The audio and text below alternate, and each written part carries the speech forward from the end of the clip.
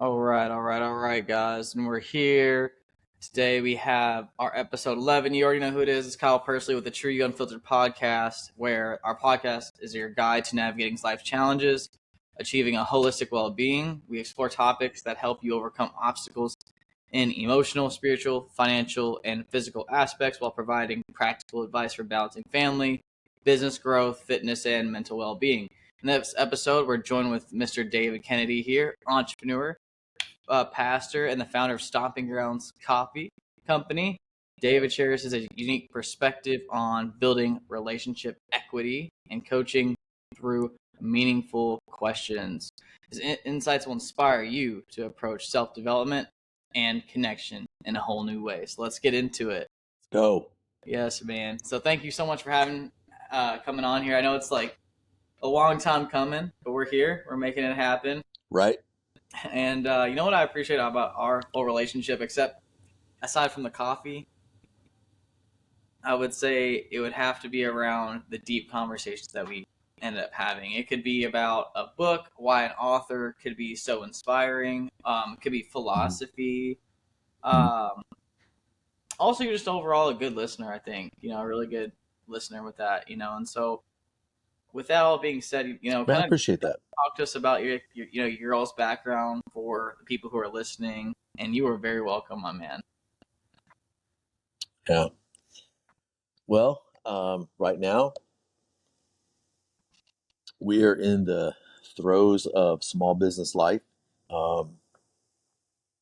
And you know, I tell you what, man, like getting to know you through the shop has been great. But just seeing that transition as we've built a relationship with each other, but also getting to know your family has been great. So it's good to see the kids, you know, literally watching them grow up, you know, and just, you know, getting to know Courtney. So it's been good, man. It's been good. So we're in the throes of what, man, sometimes going to your shop is just a blessing in itself, just to get out of the house. I mean, obviously I work, you know, remotely, and obviously we have two little ones, but I mean, just going over there and obviously getting to meet your family as well. Like, yeah. Good stuff. Well, and that's, I guess we can even kind of, you know, talk about that for a little bit. That's encouraging to me because one of our taglines that we always go back and forth on, Julie and I do, when we have conversations about the shop is, it's more than coffee. And it really is. And we really don't mean that in some false, you know, sense of, you know, like we're selling somebody a false bill of goods, like, hey, we want to be involved in the community. Like that is literally at the ethos of our business is, obviously we want to be profitable. Nothing wrong with that. Right. We want to make a good living, but at the same time, we don't want to make a living at the expense of treating the people that support the business in a transactional way. So we want to go about everything in a relational way, and just see where that goes. For a lot of people that come into the shop, they like it. They like the product, and it's just surface level. Hey, you know, have a good day, you know, whatever. And that's all good. But, it's those, next level, relationships that are built through, the cup of coffee, you know, and that just makes it all worthwhile. You know, the long nights doing payroll, you know, mailing off those checks every quarter, to the government, you know what I mean? When we're stressed out, like when you think about, here you and I were sitting, you know, over a podcast talking about life and business and things like that. So it makes it worthwhile. Yeah. It's amazing who you can meet just with a cup of coffee. I like that. And I laugh about payroll. For those who are listening, if you ever go to Stomping Grounds here in Louisville, Kentucky, I think what's great is he is in the thick of it, just like the rest of us. I'll be like, hey, man, what are you doing? He's in deep on this computer, and he's like, payroll. So every time I see him on the computer, I'll be like, hey, man, how's payroll going? Well, the thing is, the time you come in, it's always on like a Monday or two, like when I'm actually doing it. Yeah. And sometimes you'll come in, you're ready to just chop it up and talk work. I got this, you know, I read something, you know, I was thinking about something and you want to talk over stuff. And I'm like, I got to drop that in I'll on talk you to to you let you later, know that I'm fam. busy, Yeah. and Yeah. if I don't, then Julie will. So Oh yeah, she'll drop.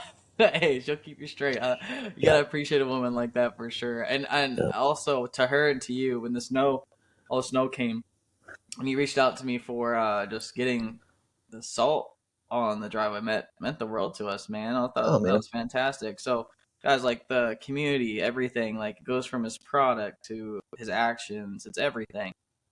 How you do one thing is how you do many things a lot of times, Mm, and you know like when you get into, let's say, coaching your team members, mm. what kind of gave you that type of leadership style? I would say, what happened before stomping grounds? I know you were in the Marines, right? Yes. Yeah, so talk to me a little about that, because I wonder where that transition from there to being a former pastor. Hmm. And I know Hmm. you do some speaking gigs still Hmm. at churches, and then coaching and leading people overall. I would like to learn more about that. So as far as style goes, it's way different than when I was in the military. Yeah. I did get to do um, some leading. One thing that I appreciate about my time in the Marines is it was leadership by example. And if you there was something we always heard, and it was don't um, expect anything from one of your guys that you're not willing to do yourself. And if there's an area where I would need to grow, I need to be working on it. Because, if there's some area that someone else needs to grow, I expect them to work on it. And not only that, I need to walk with them through that. But it was a different kind of culture too. Okay. It is, it's, hey, we got orders to follow, and we got directives, and this is what we have to do. Everyone has responsibilities.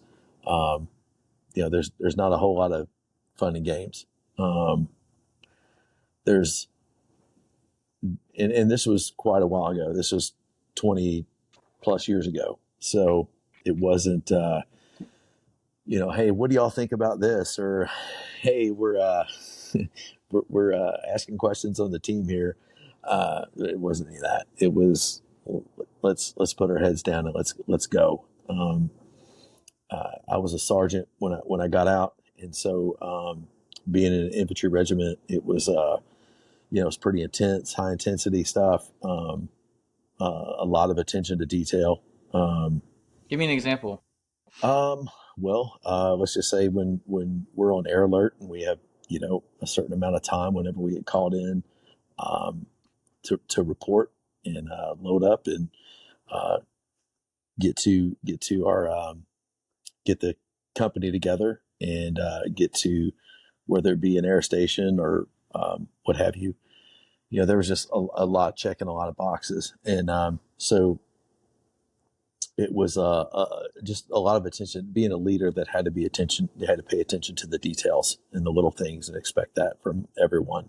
Um, and so with that, there still is that trust factor that if everyone trusts that you're what we call squared away. If you're squared away and you know your job and you're doing what you're supposed to do, the guys that I was with would put some trust in me, and would do it. So obviously, I don't do things that way anymore. I'm not 25; I'm 50. So I've learned a lot of I've gained some wisdom through the years. Now I would say I don't know, man. As far as like having a leadership model, we're in a mom and pop shop business. Julie has established the culture that we treat the team like family, and that has its pros and cons. So it's pretty loose because it's a small team. Mm-hmm. Um, but with that, um, so we have the ability to give some responsibilities.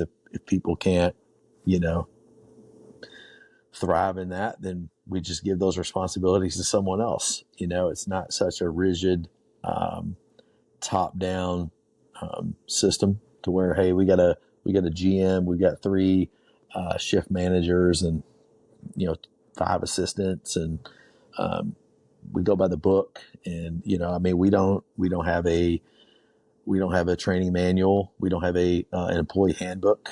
I'm sure people can advocate for that, and there is a place for that. But for us, just having just a handful of team members, we just don't do that. When someone goes through the onboarding process with us, we are quick to tell them we have an open door policy. You are free to come and talk to us about whatever you want. If there's something going on behind the bar that you're not comfortable with, if there's something going on with the team member, if you're not comfortable, Julie tells them, if there's something you're not comfortable with, if with things David's throwing down for you all to do or whatever, come in, let's talk about it. So we give them permission. That's so beautiful to come and talk to us. So I love that. And so, and we have to be open to that.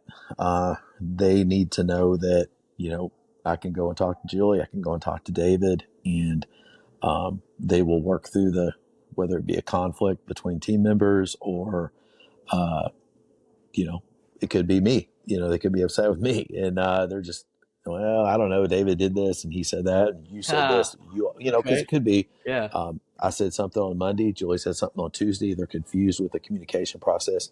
They have a right to come in. And so I think with that, it's created its challenges because, sometimes I feel like we're too lax, too relaxed with the team sometimes. But we feel like overall, just giving them a lot of freedom, so and that's why you works. probably feel like you want to kind of keep it kind of like it's like you go too far with that, because I know that feeling. I know I've talked to you about just sales team members. No offense to my people who are in sales, like, love y'all to death. Y'all are fantastic. Y'all are my people. At the same time, if I give you a little too much space, it just doesn't shake out. Sure, is the way that it needs to be. Mm-hmm. And so, like, that company culture, I love that because it sets the standard for the people around you, and then that way you can find. I'll even call it a safe place.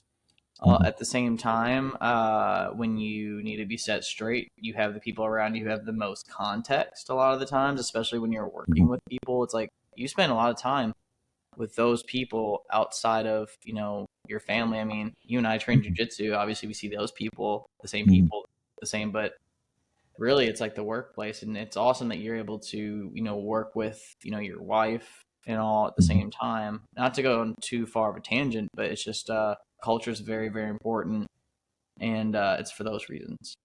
Yes.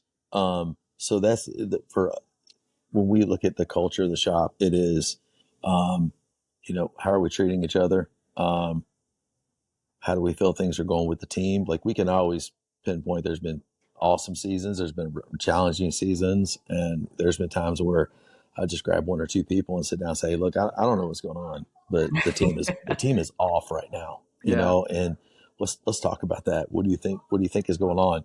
How do we get this back on track? And that way it's conversational. There's always a dialogue with the team. We just don't feel comfortable right now being with the team that just come in, do what you're told, clock in, just do your job and go home. We just want a culture that screams, we want you to work here. We want you to be happy here, and if this is not where you need to be, then let us help you find out where that is so you can thrive. And sometimes we do that well, sometimes we don't. But yeah, sometimes it sets itself up for hard conversations, and hopefully that we have enough relational equity with the team that they know that we care about them by the way that we respect them and come to them, that when we do have the hard conversations, it's received well. I mean, we all spend time together outside of the shop. I mean, I don't think Sydney's been to our house yet, but all the team multiple times have been to our house, just hanging out, whether it's cookouts, pool parties, stuff like that. So yeah, you definitely have a good spot for that. I was thinking about your all's brand just a little bit, and I just came from this event called D2D Con. It's like where all like the salespeople that do door to door in the home service industry comes. and goes and all that stuff, and they were talking about Mm-hmm. like brand, and you said you want a place that screams, you would want to work here, and Mm-hmm. it's like like the past like week or 2 weeks, it's just brand culture. It's just crazy. You brought up culture, Mm-hmm. and just diving into a little bit more of the micro of what branding was, and then how to create a content strategy, for example, around it. Take this podcast, for example.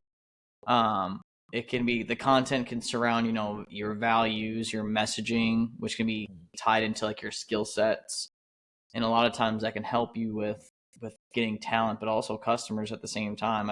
It's kind of cool that Mm-hmm. I can't make this up, but like you were in the military. I was raised in a military household, and it's just hilarious, like how just gravitating towards the similar values that are associated with that at the same time. And then obviously I love coffee, so boom, boom, boom, boom. Like I had no chance of not meeting you. Right. you know, um, but yeah, so no, I appreciate how that culture happens, how that kind of all came to be, and how you and your wife had to pivot maybe different leadership styles Mm-hmm. to make this business work at the same time and make an Yep. impact in the community. Mm-hmm. Also, it's interesting you open like your door up to your people that work with you at the same time. Like you said, you want to treat them like family. Mm-hmm. I feel like that definitely helps build that relationship equity in there too. Mm-hmm. Um, Well, and I tell think me more with about part of that. that change with our leadership model too is, for us personally, as Christians, the way that we go about our own worldview, and as I, read through the Gospels and learn more about Jesus' style of interaction with people, it's common knowledge that he was believed to be a servant leader, and so that he led through serving others. And I kind of feel like we try to adopt that style. We're very accommodating with our team, um, and I mean, and sometimes that's good and bad. I mean, there's going to be a lot of people that would listen to this right now and probably tear this up. But in April, we will be officially open for business for 9 years. So we've been at this for 9 years. We're doing our build out right now 9 years ago. And no one has been officially wrote up. No one's ever signed a write up sheet. And that's probably not always the best idea. But the way that we kind of go about, serving, I think that's, trickle down, not just like in a, like we look beyond just the, hey bro, you're late, or hey, what's going on with you, man? Like, is there a reason why you've been late 3 days this week? And then it's like, well, I've had I've been Ubering because my truck was broken down, and so I've had to Uber 3 days to work. Okay, well then let me help you move through your situation. Serve them, look for opportunities to be present with them, identifying their birthdays, or Julie spoils them too bad. Like she What? does, dude. Okay. I can't tell you how many times that it's like, we really need to go pick up some supplies. Someone's coming in at 3 o'clock to work. Can you come in at 2? Oh yeah, I can come in. They come in and Julie's got $20 laying on the cash register for them. Thanks for coming in. Here's $20. Let me buy you lunch. Or we'll go out somewhere, and while we're picking up supplies, and she'll grab a Taco Bell gift card. What 22-year-old doesn't like Taco Bell? Oh, And I still love Taco just, Bell. what I mean? Yeah. Just doing things and serving them, and doing things like that. So I think that that has helped us establish that, because I think whether it's you're in a small business leader, if you're an entrepreneur leading a company, or you're leading a sales team, or you're a volunteer at an organization, culture is key.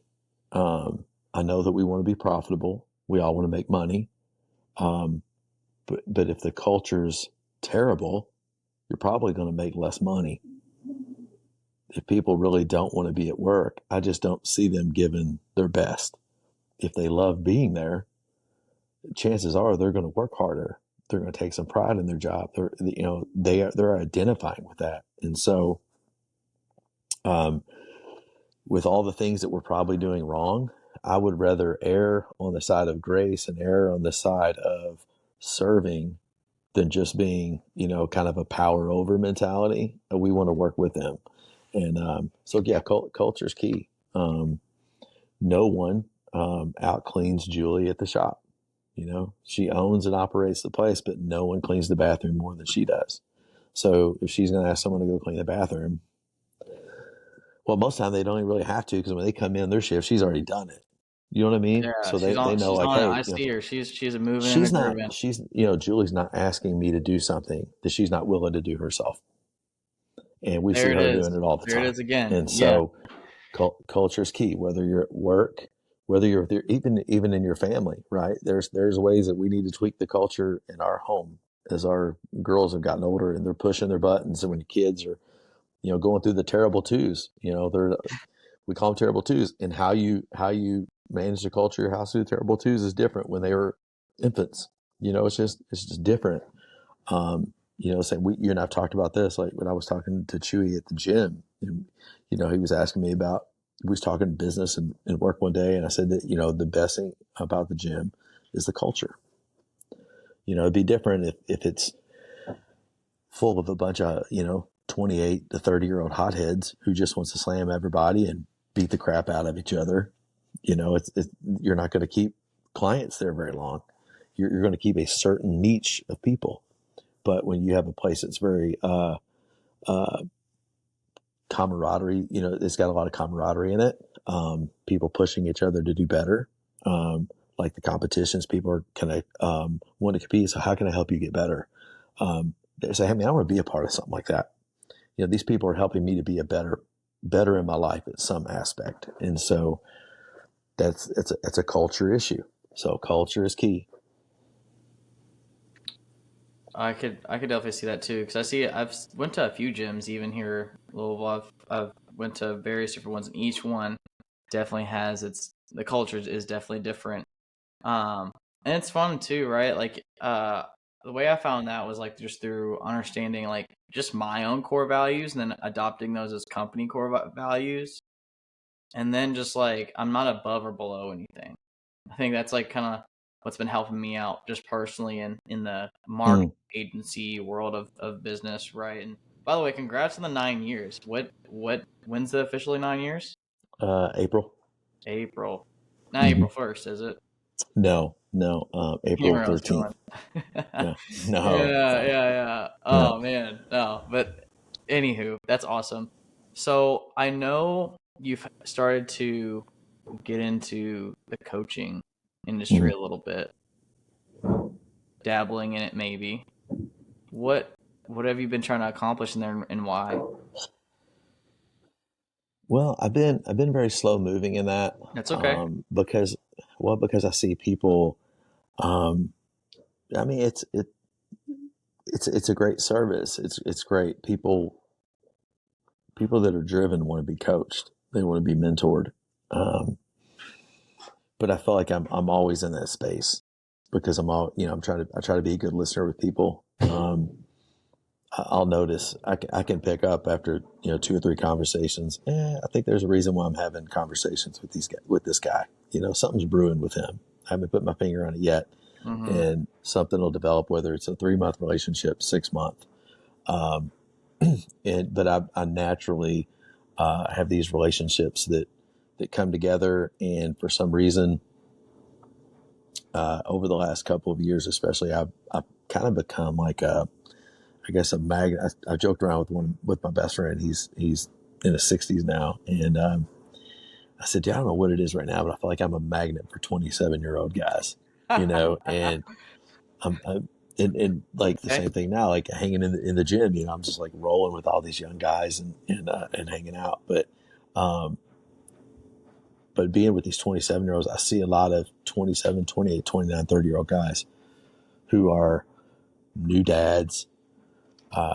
They've got their first promotion at work, or they've started a business, and they're just like, hey, I just kind of need something. So I haven't been hunkering down as far as like the business model of that. But I make time for those individuals. And so when they were to talk about things, I don't want to coach them from Because I think there's this thin line. You and I have had this conversation. It's like, are you a coach or are you an advisor or a consultant? And there's a big difference. Um, I'm less interested in being in the consultation space as much as I'd rather be in the coaching space that is uh, helping people find their way. You know what I mean? By listening, talking, making suggestions if needed, but just really just through being present with them, allowing myself to be a soundboard for individuals. I love to lead through questions. If you were like, "Hey, David, man, maybe can we take a couple Tuesdays and just get together?" And I'm thinking about, man, I'm thinking about my business, man. I'm just thinking about maybe taking on a partner, and I'm thinking about really expanding and getting into another space, and yeah, let's just talk about why why do you want to do this? What are your motives behind that? And then just kind of hearing and digging a little bit into that. And okay, well, have you talked to Courtney about this? Why haven't you been talking to her about it? How do you think she's going to feel about it? Because y'all have a baby, and you got to, little girls, she's keeping you on your toes. So you've got a He's full, spunky. you got a full house. You know what I mean? Like you've got a lot going on. How's that working out for you? You know what I mean? And just through the other questions, do you have a partner in mind? What are you looking for in this person? Where are you at? Are you in the ideation phase? Why do you want to go and do this? How's this going to benefit you? Where do you see the uptake is on this? Oh man, I could just make more money. I'm probably going to triple my profits. So is that what you're chasing? What is that going to do for you if you triple your income right now? You know what I mean? And then we can really you can dig into your own motives and find out, are you just chasing security and safety and money? Or are you a workaholic? Or, do you feel like this is going to feed your ego that you've succeeded and you've made it? And just, I like to just do those coaching things instead of saying, oh, because there are people that can say, oh, Kyle, yeah, definitely, man, you into this marketing stuff, I can get you over into this other space. You need to do X, Y, and Z. You need to link up with this guy, 1, 2, 3. And there's room for those people. And there's probably wisdom in talking to people like that. But I like the space that just, I want to help talk people through their situation. Probably because that's how I learn. I'm a hands-on guy, and I like to, I'll call my best friend, man. I'll just ramble stuff on the phone for an hour, and then probably never get anything done with it. Yeah. I mean, sometimes you need that space though to kind of air it out per se. Mm-hmm. Um, Man, that's pretty powerful there too. So typically you're helping 25, 26, 27, 28, 29 males during that time. I am definitely, obviously I'm one of them. Geez, like I am a new dad. I have Xander now. Yeah. I have Adeline, trying to figure out marriage and business all the time, Yeah. And I find myself getting into more of a self-development journey where, getting as granular as it's like time auditing, but I've also I like how you challenge like other people's values or like perspectives just so that you're not getting those surface level answers too, because it's like I'm working on some other content ideas just for just various brands I'm either Mm-hmm. working with or that I own, and I'm like, I find myself at a crossroads roads even, but then I always go back to my values and then pairing that with my skill sets. And so far, like that's been starting to help out a lot. So like, I mean, I don't know if that's something you would recommend people to start doing or not. I could be Well, I wrong. mean, for you, it sounds like But that's kind of a culture issue too. You know what I mean? yeah. So for you to establish that culture in your business, in your life, you have these two things that you want to, watch. And so, Julie's talked with me about one of her challenges is financially. She said it's like taking care of two households. She has a business banking account and she has a personal, and her being an LLC, man, it's all her money, so it's like keeping track of everything can be really challenging because you have two budgets to do. And for you being an entrepreneur, it's like you have your culture of your business with it, your leaders and your sales teams, keeping everybody on track, and you have the culture at home that you're involved in, Yeah. and that's everybody. Everybody has a home. You have your home life, but um, I think especially those in small business, you know what I mean? It's like you're always working, And there needs to be always some working. people they can go to. I mean, like you've been in the business Mm-hmm. for like, you said 9 years, probably a little bit Mm-hmm. longer than that. I'm sure you've done a couple other things along the way. Mm-hmm. Mm-hmm. And then on top of like, how old's your oldest kid? 32. Yeah. So Yeah. like, that's a lot of self improvement right Mm-hmm. there in Oh itself. yeah, we've learned a lot, and a lot along the way, and then like for real, like we have to watch the culture of our marriage, because we work together Oh, it's so every day, good, man. every single day, and like Julie, it's funny. I was in there doing something in the house. We're getting ready to go out here in a few, and she comes in and she says, "Hey, did you know that you have an appointment with Kyle?"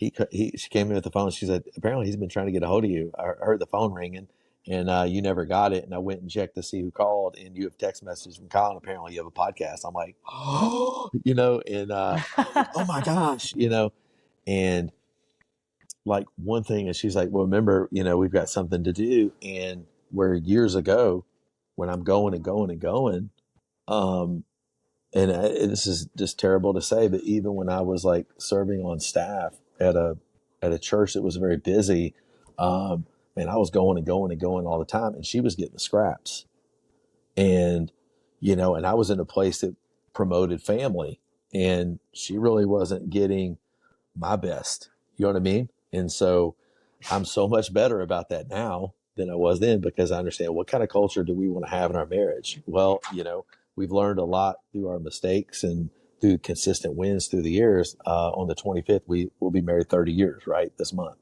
And so, um, Wow. I can look up at my clock right now on this iPad. It's 4:59. I'm like, I better show and prove that I'm a man that is going to do what I'm supposed to do with her, right? Do what you say, It, what basically the integrity part, and yes. I want to take the time to thank you for hopping on. It's better than late than never. Appreciate the Oh, people for sure. also listening in, and also thank you for still coming on. Mm-hmm. And you know what, man, like I'm sure holding up the mirror, I've done the same things before. I mean, I could be Mm-hmm. better in lots of different areas. You of all people know that. Mm-hmm. I think at this point in time, like a lot of life experiences are going to be helpful for someone who does come to you for things like Mm-hmm. this. So, I mean, if someone is interested in maybe just talking to you or reaching out to you, aside from the Stomping Grounds pages on social media, we'll be sure to tag those, by the way, Mm-hmm. in some of our posts. But at the same Mm-hmm. time, it would be where can they, reach out to you? Yeah, I would like for people to reach me through email. dkspeakslouder@gmail.com. Go ahead and spell that. Yeah, DK for David Kennedy. Mhm. DK speaks louder@gmail.com. There we go. So that was just kind of a goofy email, but that I was like going it. for like speaking engagements and people calling me to book things and appointments. So yeah, if anyone wants to just talk business, culture, things like that.